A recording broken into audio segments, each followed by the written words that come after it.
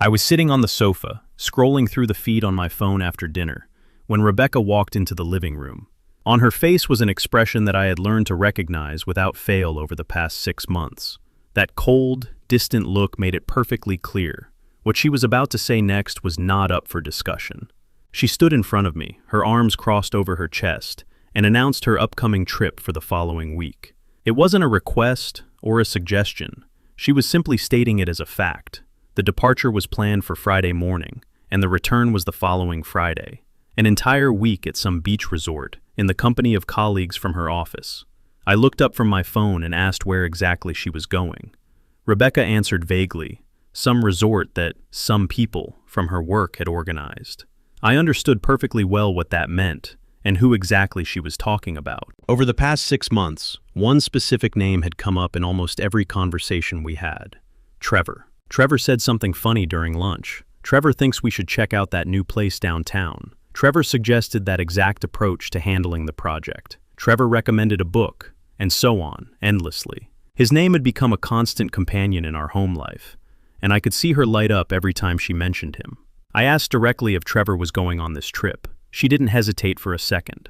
She confirmed that he had basically organized the whole thing along with Natalie from accounting and a few other employees from the department. Rebecca stood there and was simply informing me, not asking for my opinion. She was going to spend 7 full days on the beach with the man with whom, as I had seen, she had been growing closer over the past 6 months. With the same guy whose text messages made her smile right at the dinner table. With the one with whom she stayed late at the office at least a dozen times. I said it out loud, slowly, to make sure I understood correctly. She was declaring to me right now that she was going on a week-long vacation to the coast with Trevor, and she was simply letting me know. In response, she just rolled her eyes. She did it so sincerely, as if I were behaving completely absurdly. Rebecca stated that there was nothing wrong with it, that adults and colleagues can take trips together, and there was no need to turn this into a dramatic situation. I asked when exactly all of this had been planned. She answered, a few weeks ago. So, she had known about this trip for weeks, planned it, and decided to tell me only on the evening before she started packing. I sat up straighter and asked if it had ever crossed her mind to mention it earlier, or perhaps to ask whether I was comfortable with this state of affairs. That was when her expression completely changed. The feigned patience she had shown until then disappeared instantly. It was replaced by something much colder and harsher. She snapped that she was not asking for my permission. She was going, and if I didn't like her actions, then I should file for divorce. Just like that. These words were spoken matter-of-factly, as if she were throwing down a challenge, fully expecting me to back down and apologize for my questions. I looked at her, truly looked at her features, and something clicked in my head. This was not the woman I had married 7 years ago. Or maybe she had always been like this, and I was just too blind or too willing to close my eyes to see the truth. The disrespect, the coldness, the complete lack of concern for our marriage or my feelings, all of this had been steadily growing for months, and I had only been making excuses. I didn't raise my voice or start an argument. I just slowly nodded and said that I understood. She blinked, clearly expecting a more explosive reaction or an emotional scene. She asked again if that was it. No loud protest. I said no. She had made herself perfectly clear. Rebecca looked at me for another long moment, then shrugged and headed to the bedroom. She muttered on her way, "Fine." That night she packed, since her flight was early. I watched her leave, heard her take the suitcases out of the closet, and even caught her humming to herself. She was acting as if she didn't have a single care in the world, as if she hadn't just put our marriage on the line and turned her back on it. I picked up my phone again, but I didn't go back to scrolling. I was thinking and making plans. Since she had decided to make unilateral decisions about our union without my involvement, well, two could play that game. The next morning, I woke up to find her already fully dressed, with flawless makeup. She was dragging her suitcase to the front door. She was wearing a sundress I had never seen before, probably bought specifically for this trip. She said she would text me after she landed, not even glancing in my direction, as she was busy with her phone. Most likely, she was texting him. I wished her a good time. She looked up, suspicious of my tone, but I kept my expression completely neutral. She shrugged, grabbed her keys, and left. I stood by the window and watched her load her suitcase into her car. I saw her check her appearance in the side mirror and smile at her own reflection. I watched her drive away, never once looking back. After that, I took out my phone and started looking up divorce lawyers in our area. It was barely 7 in the morning, but I wasn't going to wait a single minute. She had given me the way out herself when she told me to file for divorce. I was just going to follow her advice. On Monday morning, I called the first lawyer on my list. His name was Malcolm Pierce. He had solid reviews and a reputation as a man who wasn't inclined to sugarcoat things. During the phone consultation, he asked how long we had been married. I answered, 7 years. He asked about joint assets. I told him that the house was solely in my name, as it had been bought 2 years before our wedding. She moved in with me after the marriage, but never contributed a single dollar to the mortgage or property taxes. I heard him typing on his keyboard. The lawyer noted that this simplified things significantly. He asked about vehicles. I explained, 2 cars, each titled to its owner. I pay my loan, she pays hers. He asked about joint bank accounts. I said we had one joint account, into which we both deposited money to pay bills and utilities. I had my own savings account, which she had no access to. More keyboard clicks. He said the case should be very straightforward. He asked about grounds. I said she was having an affair or was about to have one. Hard to say for sure at this stage, but at that moment, she was on a week-long beach trip with this guy. Malcolm Pierce asked if I could prove infidelity. I said I had months of text messages, records of her late nights at work with him, constant mentions of his name, and the fact that she literally told me to get a divorce if I didn't like her decisions, then left anyway. The lawyer paused for a second, asked if she had said that word for word. I confirmed. He asked when I could come in to sign the papers. By noon on Tuesday, I was sitting in his office, reviewing the documents. He was moving incredibly fast, which I really appreciated. No wasting time, no false hope about reconciliation attempts, just a clear, efficient process. Pierce slid the papers across the desk and said we would file them on Thursday. The notice would be served to her when she returned. I said that would be Friday. He asked if I wanted to be present for the service, or if I preferred it be done another way. I thought about it for a minute and said I would handle it myself. I wanted to see her face when she realized what had happened. He nodded, as if he had heard that answer before. The lawyer reminded me, the house is mine, my name on the title. I have every right to demand that she leave once the papers are served. If she refuses, I can involve law enforcement to evict her. I said I understood. He leaned back in his chair and added one more thing. She would be angry, might behave completely irrationally. I should not engage with her beyond what was absolutely necessary, and I could not let her provoke me into saying things that could later be used against me. I promised I wouldn't. Returning home that evening, I began the next phase of the plan. I methodically and thoroughly went through the entire house, separating her things from mine. Clothes, toiletries, books, jewelry she had bought, personal items. Everything went into boxes, which I clearly labeled and neatly stacked in the guest bedroom. It took me 2 full nights to finish everything. After I was done, the house looked different, somehow cleaner, as if removing her things had freed up space not just from physical clutter. On Wednesday evening, my friend Jordan called. We had known each other since college, and he was one of the few who had noticed that things hadn't been right between me and Rebecca lately. He asked how I was holding up. I said I was fine. He disagreed, saying that my wife had gone on a trip with another man, and I couldn't truly be fine. I repeated that I was handling the situation. He paused for a moment and asked what exactly that meant. I said I was taking care of it and would tell him more when there was something to tell. He agreed, but added that if I needed anything, I could count on him. I thanked him. I wasn't ready to tell anyone about this, not until everything was officially finalized and done. No point in talking until it was official. On Thursday, I worked from home, taking calls, answering emails, acting as if everything were completely normal. But deep down, I kept replaying in my head how Friday would go. She would walk into the house, expecting everything to be exactly the same. She would expect that I had spent the week missing her, or maybe even feeling guilty for doubting her trip. She had no idea what was waiting for her. That evening, I received a message from her. It was the first message all week that wasn't just a brief notification of landing or good weather. She wrote that she couldn't wait to come home tomorrow, and that she missed me. I stared at that message for a full minute.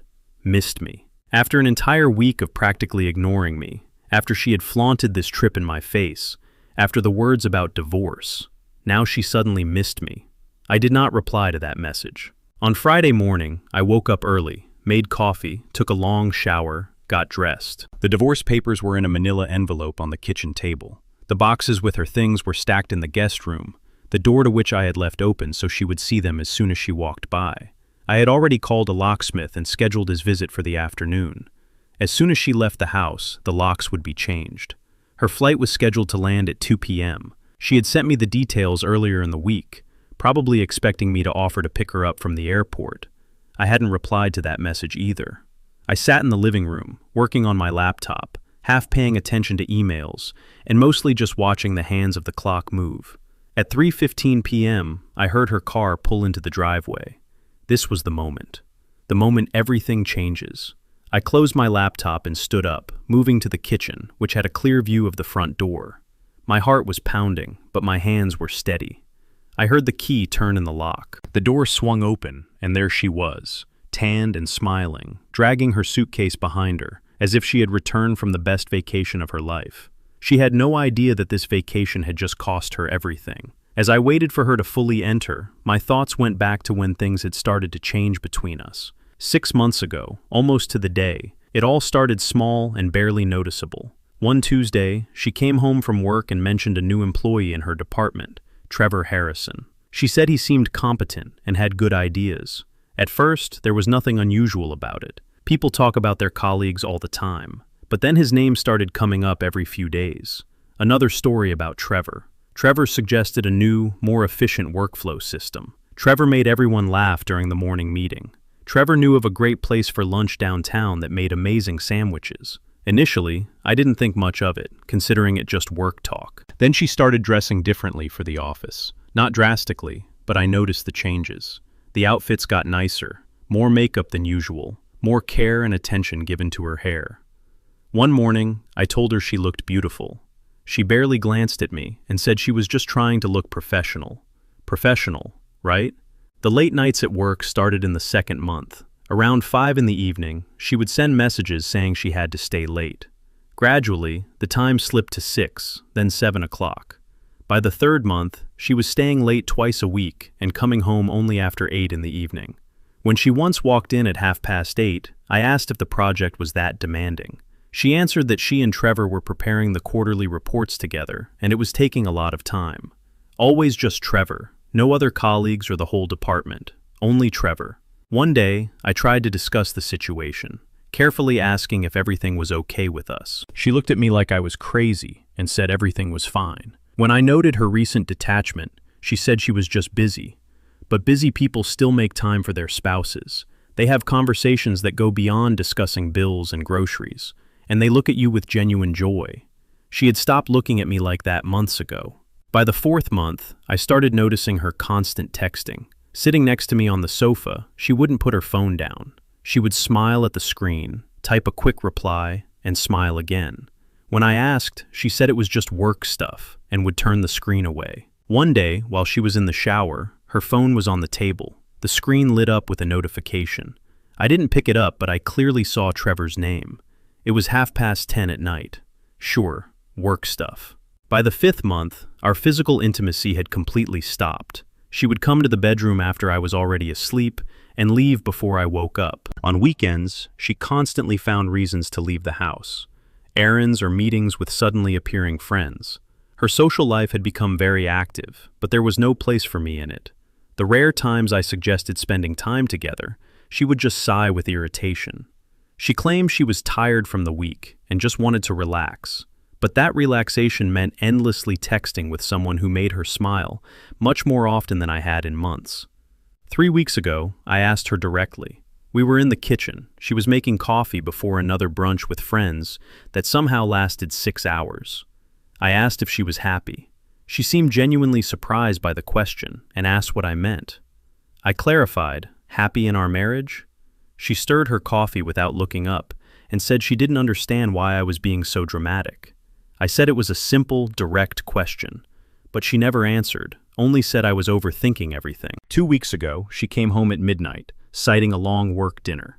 She smelled of wine and expensive men's cologne, not her perfume, but someone else's. I didn't say anything, just watched her hum to herself as she walked to the bedroom. And then last Thursday came the announcement about the trip. She said it casually, with a complete lack of respect for my feelings. When I dared to call it inappropriate, she suggested I get a divorce. It seemed like she wanted it herself, provoking me to finally admit the situation we both recognized but didn't say out loud. And I did it. Standing in the kitchen waiting for her return, I felt absolute clarity. This wasn't a mistake or an emotional outburst. I had spent 6 months watching a person I was close to consciously walk away from the family, expecting my silent agreement. She made her choice when she booked that trip, packed her bags, and left without looking back. Now she was going to face the consequences. She dropped her suitcase by the door and went straight to the kitchen, barely acknowledging my presence. She complained that she was starving because the food on the plane was awful. She calmly took leftovers from the fridge, as if the past week had been completely normal and she hadn't spent 7 days with another man. Finally, she glanced at me, noticed my silence, and asked what was wrong. No greeting. I almost laughed, greeted her, and calmly asked how the trip was. She smiled and said it was great, an amazing resort, and perfect weather. They had a wonderful time. It was they, not I. I said I was happy for her. She ate cold food straight from the container, leaning against the counter. She looked absolutely confident that everything was exactly as she had left it. Casually, she mentioned her words about divorce, said before she left. She spoke about it as ordinarily as if we were choosing a TV show for the evening. She stated that if I couldn't accept her personal life, her friends, and her trips, then we really should reconsider things. This was an ultimatum disguised as independence. I slowly nodded and agreed that she was absolutely right. She was confused, not expecting that reaction, and asked me to repeat. I said again that it was time to reconsider things, and I pointed to the table behind her. There was a thick envelope lying there. Her expression immediately shifted to alarm. She slowly picked it up, as if it might bite her, took out the papers, and started reading. Before my eyes, her tan faded, and her hands began to shake. In a barely audible whisper, she asked what this was. I said it was divorce papers, just as she had suggested. For the first time in 6 months, I had her full attention. She called it madness and a stupid joke, claiming I couldn't do this. I calmly explained that I wasn't joking. The petition had already been filed. She stared at the text, as if it were written in a foreign language. Despite the infidelity and the destruction of our marriage, she didn't believe I would actually see it through. She thought I would endure this forever. She was wrong. She read the papers again, this time more slowly. Her hands were still shaking noticeably. When she looked up, her face was pale and confused. She asked if I had done this while she was away. I confirmed that I had filed on Tuesday, when she had already been gone for 4 days. She slammed the stack of papers on the table in anger, claiming that I hadn't even tried to talk to her. I reminded her, she was the one who told me to get a divorce if I didn't like her behavior. I did not like her behavior. She shouted that I was destroying 7 years of marriage over one trip. I said that she was the one who destroyed it when she went on vacation with another man and told me to accept it or leave. She insisted that Trevor was just a colleague and nothing happened between them. The lie was so obvious that I didn't even argue. Seeing my reaction, she shifted to accusations, calling me paranoid and claiming I had been suffocating her with my control. I asked if it was suffocating for me to be concerned about where she was at 9 o'clock on a weekday, or to suggest spending weekends together. She tried to backpedal, suggesting we discuss everything and fix it, calling divorce too radical a step. But I said that what was radical was suggesting your husband get a divorce, and then being surprised that he followed that advice. She started looking around for her things, asking where her makeup from the bathroom was.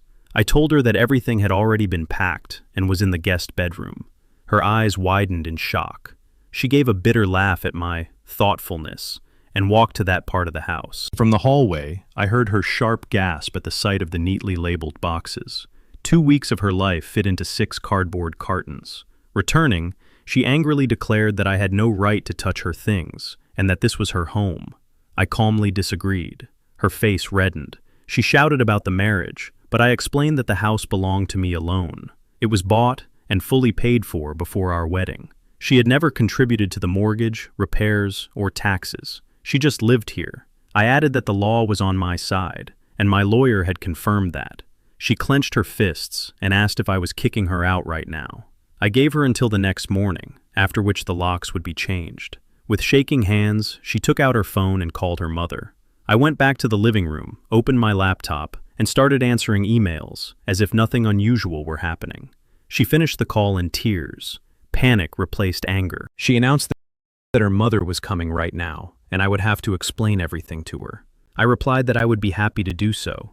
She paced the room, wiping away tears, and kept saying she couldn't believe this. I reminded her that this wasn't about one trip.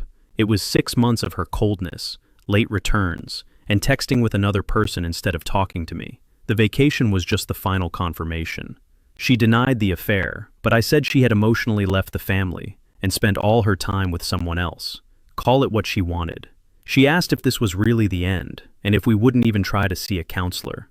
I asked if she wanted to fix things, or was just expecting me to agree to a supporting role in my own marriage. I wasn't going to do that. At that moment, a car parked outside. Her mother, Lorraine, had never liked me, believing that her daughter had married beneath her station. She had emphasized this for years, with her comments about my job, my house, my clothes. The doorbell rang. Rebecca opened the door, and I heard Lorraine's alarmed voice. They entered the living room. My mother-in-law looked at me with disgust and demanded an explanation. I calmly stood up and told her that I had filed for divorce. When she asked what kind of man does that, I said, the kind whose wife suggested it herself, leaving for a resort with another man. I was just following her advice. Lorraine tried to excuse her daughter by calling it a work trip, but I clarified that it was a beach resort with a man with whom she had been inappropriately close for months. Rebecca sobbed, complaining that I was kicking her out and wouldn't even listen. My mother-in-law shouted that this was her daughter's home, but I pointed to the property documents. Lorraine realized that I was legally right and told Rebecca to pack. I added that if she wasn't gone by morning, I would call the police. She looked at me in shock, and then they both disappeared into the guest room. I heard them moving boxes and talking quietly in angry voices. 20 minutes later, they started loading the first batch of things into her car. Rebecca came back into the house one more time. Her eyes were red, and her mascara was smeared down her cheeks. She said she hoped I would realize what a huge mistake I was making in my life. I replied that I didn't think so. She promised I would regret it, but I said I doubted it. She just stared at me, then turned and walked out, slamming the door loudly. I watched through the window as they finished loading, saw Lorraine put her arm around her shoulders, and watched them drive away. After that, I picked up my phone and called the locksmith to ask how quickly he could come. He promised to be there in an hour. I replied, "Excellent." The locksmith finished around 7 in the evening. New locks, new keys. I checked everything twice to make sure it was fully functional. When he left, I ordered dinner and sat down with a bottle of beer. The feeling in the house had changed. It felt lighter, as if the weight I had been carrying for months had finally been lifted from my shoulders. Around 8 in the evening, my phone started vibrating. It was her calling. I ignored the call, letting it go to voicemail. 2 minutes later, the phone buzzed again, and again. On the 5th call, I answered and asked what she wanted. Rebecca said we needed to talk. Her voice now sounded calmer and more controlled. She had probably spent the last few hours strategizing with Lorraine. I said that there was no need for conversation. She begged me to listen, claiming there had been a huge misunderstanding. I said there was no misunderstanding. She asked if she could come over to talk in person. I refused. Then she asked why I was being so stubborn. I almost laughed. I asked if stubborn was really the word she wanted to insist on. She admitted that she had made a mistake and shouldn't have said those words before she left, that she had been angry and hadn't thought about what she was saying. I said she hadn't been angry. She had acted coldly and calculatedly, fully aware of every word she spoke. She kept insisting the opposite, kept saying she loved me and didn't want to destroy the marriage. Funny how quickly her love had awakened when real consequences appeared. She paused for a moment, then asked what I expected from her. An apology? She said she was sorry. Sorry for going on that trip. Sorry for what she said. She asked to discuss the situation like adults. I said we were already having a conversation. I was telling her that divorce was inevitable, and she was upset about it. There was nothing more to discuss. She asked if I was really going to throw away 7 years of life over one argument. I clarified that it wasn't about one fight. It was 6 months in which she put another man above her husband. That conflict was just the point of no return. She swore that nothing had happened with Trevor. I said I no longer cared about that. That seemed to hurt her the most. Her voice became quieter. She asked if I really didn't care. I confirmed. Whatever did or didn't happen didn't matter. She had emotionally left this marriage months ago, and I was just finishing what she had already decided. She called that unfair. I said life was unfair in general, and she would cope. I hung up. She immediately called back, but I declined the call. After another attempt, I turned my phone off completely. The next morning, I found 17 missed calls and 12 text messages. I scrolled through them while making coffee. Most were variations of, "Please talk to me. We can fix this. I miss you. Don't do this." One message stood out. It had come in at 2 in the morning. It said that I would regret it if I pushed her away, and that she had rights too. Behind all the pleas was anger. The same arrogance that made her believe she could do whatever she wanted, and I would accept it forever. I deleted all the messages and blocked her number. On Monday morning, I was at work. Around 10 o'clock, Jordan came to my desk. He noticed that I looked good, even better than I had in months. I confirmed that I felt great. He pulled up a chair and lowered his voice, demanding details. I looked around, making sure no one was listening, and told him I had filed for divorce. His eyes widened. He asked when that happened. I said last week, and the papers were served to her on Friday when she returned from the trip. He barely stopped himself from swearing and asked about her reaction. I described it as it was. A lot of tears, a lot of anger, then a flood of messages about my mistake. Jordan asked if I thought it was a mistake. I said not in the slightest. He slowly nodded and supported me, saying he had watched me put up with her behavior for too long. Later that day, Pierce called and said that Rebecca's lawyer, a woman named Sharon Oliver, had contacted him. They wanted to discuss the terms of the settlement. I asked what there was to settle. The house was mine, the cars were separate. We split the joint account, and that was it. Pierce said that was exactly what he had told her, but she was insisting on rights to the house, claiming Rebecca deserved compensation for 7 years of marriage.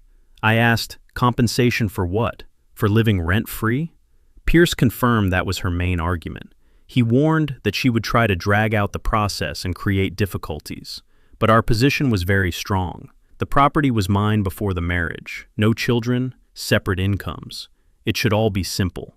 However, Pierce mentioned one detail. She was claiming emotional distress. She alleged that I had caught her off guard and caused psychological trauma by filing for divorce during her vacation. I laughed. She had told me to file for divorce. I did exactly what she suggested. The lawyer asked if I had written proof of those words, but I said they were spoken verbally. However, I was confident that if asked directly, she would admit it. He advised me to stay the course and not engage with her. All communication through him. I told him her number was already blocked. A week passed quietly. No calls, no surprise visits.